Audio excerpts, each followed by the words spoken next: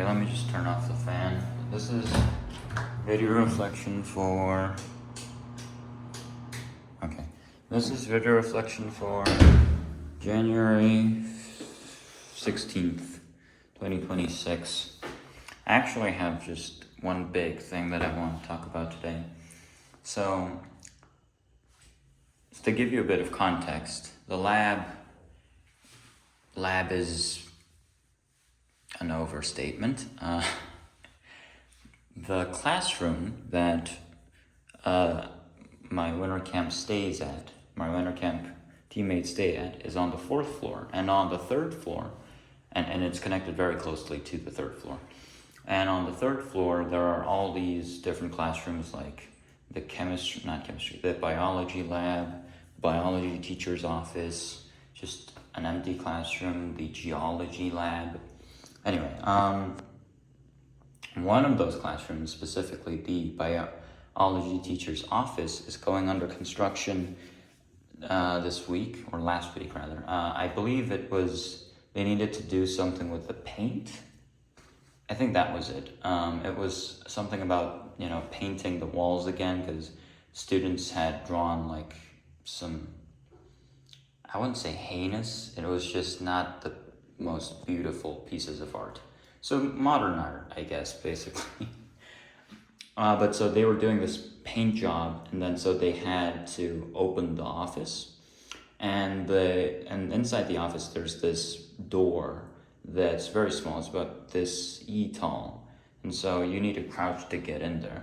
But I was curious, I was like, what's behind this wall? And so I open it, and then there's this really long hallway of just stuff. It's like a storage shed, but it's like long, like easily 50 meters. That's how long it is. And so in there is a lot of stuff that our school used to use, like folios, printers, typewrites, old computers, I don't know, the works. And then the other thing is records of past students. And if those were only numerical records, I wouldn't really care, because who cares about the grades of other people? I'm busy worrying about my grades, right? But there were written records, handwritten, because back then computers weren't readily available for everybody. So there were handwritten records, reflections of activities that they've done, cover letters that were handwritten. Yes, I know, it sounds crazy, but it really is handwritten. It goes like 1, honors, some competition, and then there's this table, this shabbily drawn, and inside there's specifying grades, the level of achievement, national, international, school, and they just make out the entire Common App cover letter format, and they fill it in, which is pretty interesting. I think that's what they did. But the part I want to focus on is the reflections that our graduates wrote. There are a lot of interesting things that I gleaned today. One thing, though, in particular that I really appreciated was the beauty of it all. The beauty of past generations and written records and just handwriting, because it feels genuine. It's not a printed word or printed sentence. It's written and copied and scanned onto a piece of paper, but it's written. I can feel that person, a glimpse really, but I can still feel that person through that media, because it's handwritten, because it's imperfect, really. So I appreciated the beauty of imperfections, I guess you could call them. In John Legend's song, All of Me, there's this piece of lyricy it goes like, all your perfect imperfections. Okay, I sang that wrong, absolutely. That's because I don't know my A's from my D's and my E's from my G's. But yeah, that's how the lyric goes, and it's all your perfect imperfections. And I kind of appreciate, I have grown to appreciate that in multiple senses, but today was one of the big days where I could really see that lesson in action. The other thing that I really appreciated was the similarity between us as in the 29th, 30th, 28th wave, and all the way back in 1996 in the first wave. That's the reflections they wrote were basically the same things that I write when I have to reflect on something that I've done, or when I don't want to write a reflection but I'm forced to. It's so similar, it's uncanny. They write about our school spirit, which is about our nationality, and our heritage. When they went on volunteer expeditions or volunteer trips, they wrote about, what they felt, the pathos, the sympathy they felt, and also the thankfulness and gratitude they felt at their own daily lives. And one part that really struck me as relatable was there was this entry. It was kind of written like a diary, but basically after the volunteer trip, they had a bit of free time, and so this guy planned out everything that he wanted to do. Like, he wanted to visit this library, buy his books for some physics program he was listening to, and then read that book, and then buy another book that was it was a novel, and then finish reading that book before they got into school. And what ended up happening was he just slept.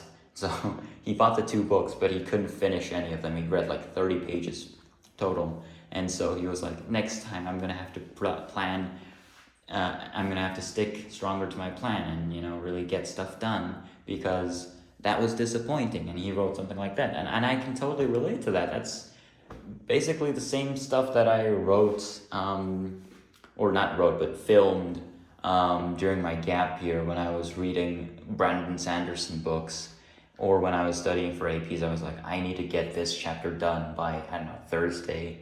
And when I didn't do it, I was like, I made this plan, but I couldn't stick to it. Next time I should do better. We like to fantasize and romanticize about, not romanticize. I mean romanticize as in fantasize. But anyway, moving on. We like to fantasize about our past seniors, our elders really, and the road they walked as this kind of picturesque, perfect road. As in, they made less mistakes, they were more sure about themselves, they were more passionate, more diligent, and they were something more than we are right now. They probably were smarter. They were more dedicated. No, they were the same, basically. They were practically the same. And you might be like, you only read one diary. How do you know? No, I spent 2.5 hours in there reading dozens of entries. I also remember this guy.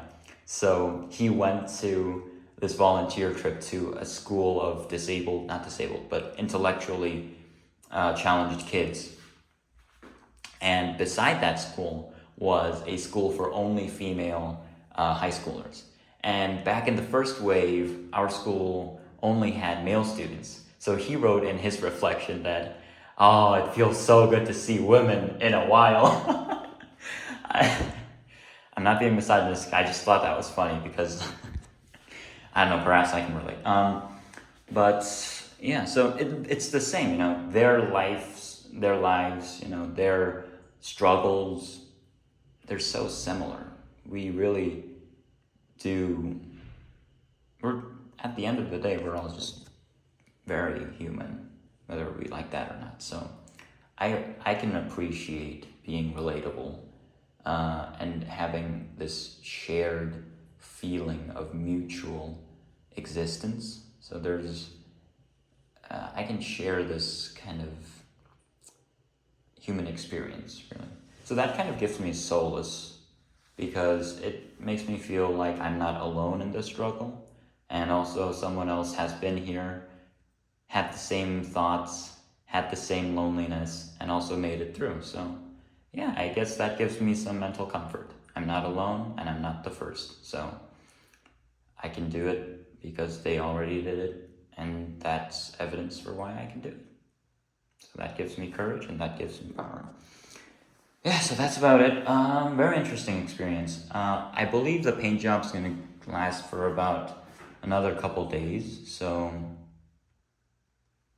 I feel like they're gonna close it up after that. I mean, it's only logical that they do. So I plan on visiting there every single day when I'm bored of reading magnetism and magnetostatic theory. When I'm bored of doing all the research, I'll just go there, take a break, and read some actual human written words instead of GPT printed garble. But yeah, so I'll visit there once or twice a day, take as many pictures so I can maybe archive stuff that I really like. I'll make like a condensed version of stuff, of quotes that I really like from those archives, and then I'll share them with you guys on the video reflections. But yeah, that's about it for today. Research-wise, wasn't that bad. I'm still trying to find the quote-unquote interesting behavior of number 15. So number 15 is Newton's magnetic Newton's cradle. If you say that the fact that there's a wave and that's the interesting behavior, I mean, yeah, like it's interesting, but are you crazy? What do you mean a wave is interesting? That's like what a PhD student would find interesting.